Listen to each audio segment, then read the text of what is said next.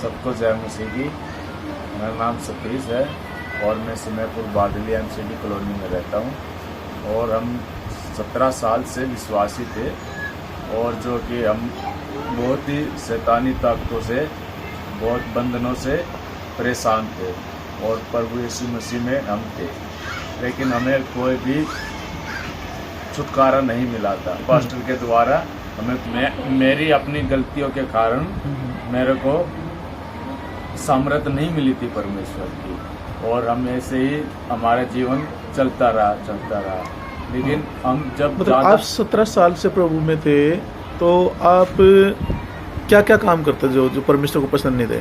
मैं बहुत ज़्यादा ड्रिंक करता था और नशे करता था और काम में इतना बिजी रहता था कि मेरे को चर्च में जाने का भी वक्त नहीं मिलता था।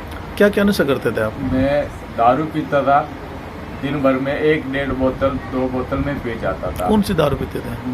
देसी की पीता था, इंग्लिश भी पीता था। इंग्लिश दारू पीते थे। और वैसे और भी नशे करता था, बीड़ी सिगरेट गांजा वगैरह भी पीता था, मैं खुद छिक के पीता था अपने में। यानी कि कहने का मतलब है मैं दिन भर में 500-700 रुपये का खर्चा अपने ऊपर कर लेता था।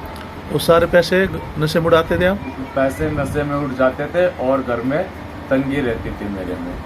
और अभी मैं नशे करने के द्वारा क्या होता था घर में?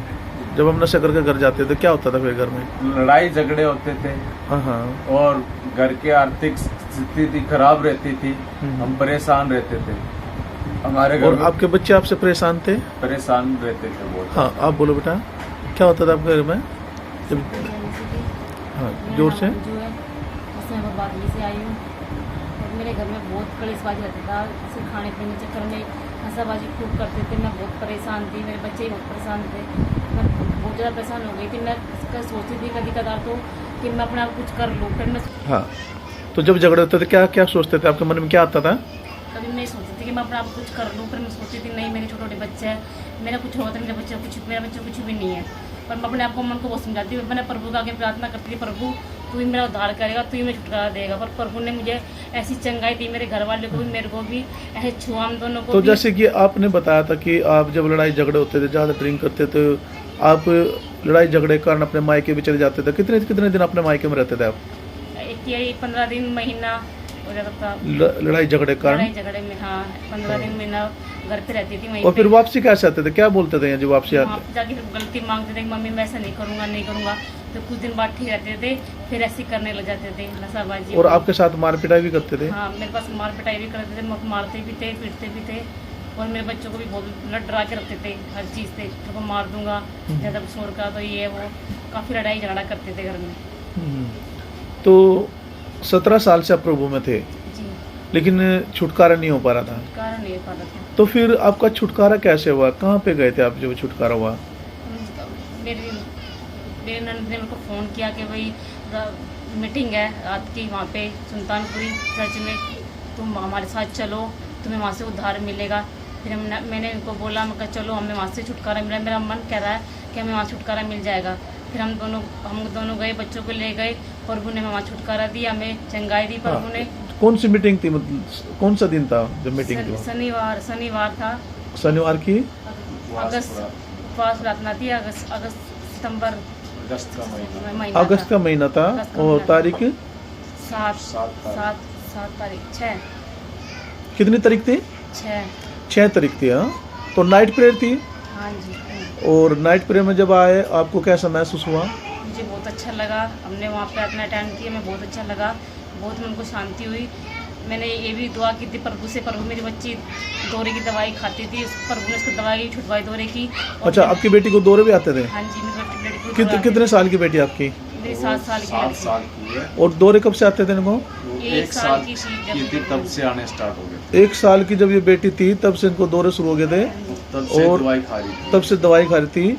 अच्छा, ये मेरी बेटी है, इसका नाम आराधना है। अच्छा, इसका नाम आराधना। और ये जब 1 साल की थी तब से इसको दौरे आने शुरू हो गए थे? तब से इसके दौरे आने स्टार्ट हो गए थे और हम तब से इसका मेडिकल जांच करवा के, हाँ, टेस्ट करवा के इसकी दवाई चली हुई थी। अच्छा, इसकी दवाई चली हुई थी। जी। तो तब से दवाई रेगुलर दवाई ले रही थी? रेगुलर दवाई चला रहे थे हम। और फिर आप शनिवार जो नाइट मीटिंग में आए सुल्तानपुरी चर्च में, जी, तो उसके बाद जब आप घर गए तो आपको जो नशे करते थे क्या हुआ फिर आपके साथ में? मैं उससे अगले दिन मेरे को, जैसे मैं बीड़ी पीता था, वो बीड़ी का बंडल भी मैंने सुबह के वक्त तोड़ के डस्टबिन में फेंक दिया। कैसा लगा आपको? मतलब आप कोशिश कर रहे थे पीने की? अपने आप के अंदर से एक गुहाई आई मेरी, हाँ। किन चीजों को मेरे को नहीं छूना है। अच्छा। और मेरे को उसी रात को परमेश्वर ने अपना दर्शन दिखाया और मेरे कानों में उन्होंने कुछ शब्द बोले परमेश्वर के दास ने, और उस दिन मैं घबरा के खड़ा हो गया एकदम से डर के।